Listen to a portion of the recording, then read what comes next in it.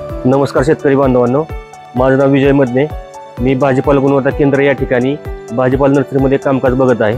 आता आपण जिथं उभा आहोत तिथं भाजीपाला गुणवत्ता केंद्राची अत्याधुनिक तंत्रज्ञानावर आधारित नर्सरी आहे. या ठिकाणी आपण वेगवेगळ्या प्रकारची भाजीपाल्याची रोपं बुकिंगनुसार शेतकऱ्याच्या मागणीनुसार तयार करतो. त्याच्यामध्ये जर बघितलं आपण तर सगळ्यात जास्त आता आपण रंगीत ढोबळी मिरची, साधी ढोबळी मिरची, टोमॅटो असेल, मिरची असेल अशी आपण रोपं तयार करतो. एक परदेशी भाजीपाला ह्याची काही रोपं आपण तयार करतो. ह्याच्यावर अजून पुढे गेलं तर आपण एक कलमी भाजीपाला म्हणजे कलम तंत्रज्ञानावर आधारित जे काही वांग, टोमॅटो, मिरची जी काही रोपं आहेत ते आपण सगळे रोपं देऊन तयार करतोय. त्या रोपामध्ये आता सध्या जर बघितलं तर आपण ही रोपं सगळी तयार करत असताना त्या रोपामध्ये विशिष्ट प्रकारची काळजी घेतली जाते. त्यामध्ये बेंचवरती रोपं आहेत, कोकोपीट आपण जे वापरतो ते निर्जंतुकीकरण केलेलं कोकोपीट आहे. अजून ह्याच्यामध्ये आपण कीड आणि रोगमुक्त रोपं आपण जी असतात ती रोपं आपण इथं विकतोय.